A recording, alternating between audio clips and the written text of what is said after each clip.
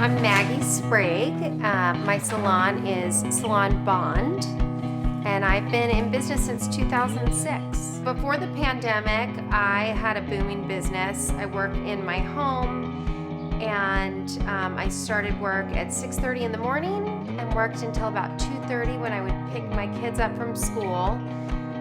I have a really nice base of ladies that come in here.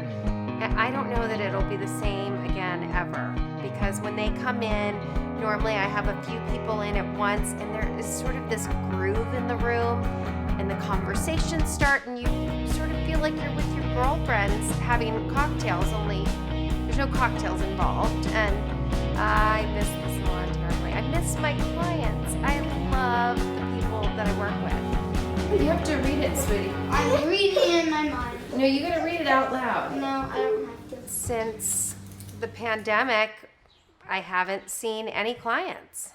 I spend most of my days cooking and cleaning and folding laundry and cleaning again and making beds and cleaning again and yelling at my children, which I've been doing a lot of. I have 3 little kids.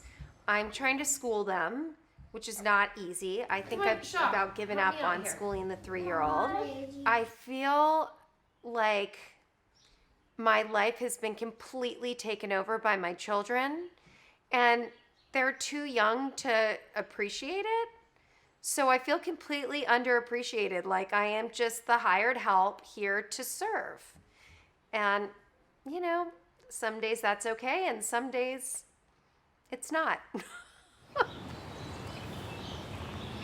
So the last morning that I saw clients, I thought, you know, I'm gonna have to come up with some idea for my clients to be able to touch their hair up. People are still working, they're still doing Zoom, you're still being seen, and no woman wants to look in a video camera or a computer at herself and see roots and feel horrible. And hi, Maggie. Hi.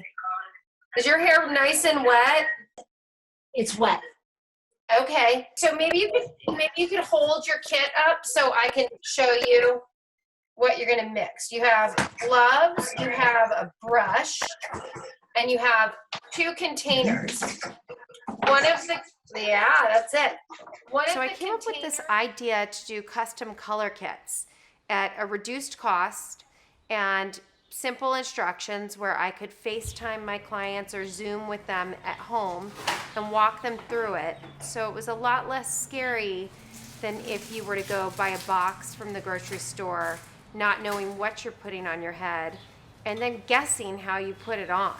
So when I video chat with my clients, the first thing I do is tell them how to mix the color, right? Because there's 2 separate things. There's the color and the developer. Okay, so I've got developer Yeah. and then color, and you wrote the directions. Once you get that stirred, you can start at the back of your head. So you want to start sort of at the nape of your neck, painting your hairline completely.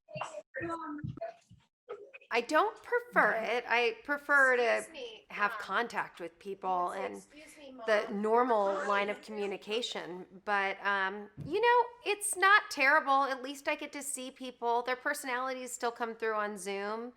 And, you know, every day I have at least a few FaceTimes or Zoom calls with different clients. And they're so funny. It's my adult interaction for the day. Where are all your people? Where are all your little muffins? The boys are outside, and Gigi is in her room, and my husband's been on work calls all day.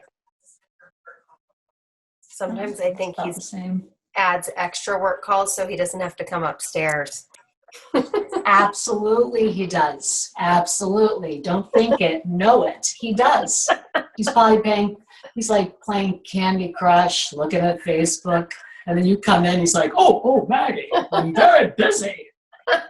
My business will survive this. One of the reasons is that I don't have rent to pay because I manage my salon out of my home. I do have a mortgage, and my income is relevant. We are a dual income family, but will survive this. The kits, because I have such a large client base to begin with, I have more of an audience of people to sell my kits to. And should I go to the front all the way? Should I do the front? All the way to the front. And that's the part that's really important. So make sure you really get it on. My kids don't even recognize me. They have no idea who I am. They're like, who are you, lady with black hair at the roots? I'm like, it's your mom. Maybe there is a future in this. And who knows how long this pandemic is going to go on. There's no vaccine. And even when there's an outbreak of the pandemic, older people are not going to want to come in and take their health at risk to get their hair colored, but yet they still want to look good.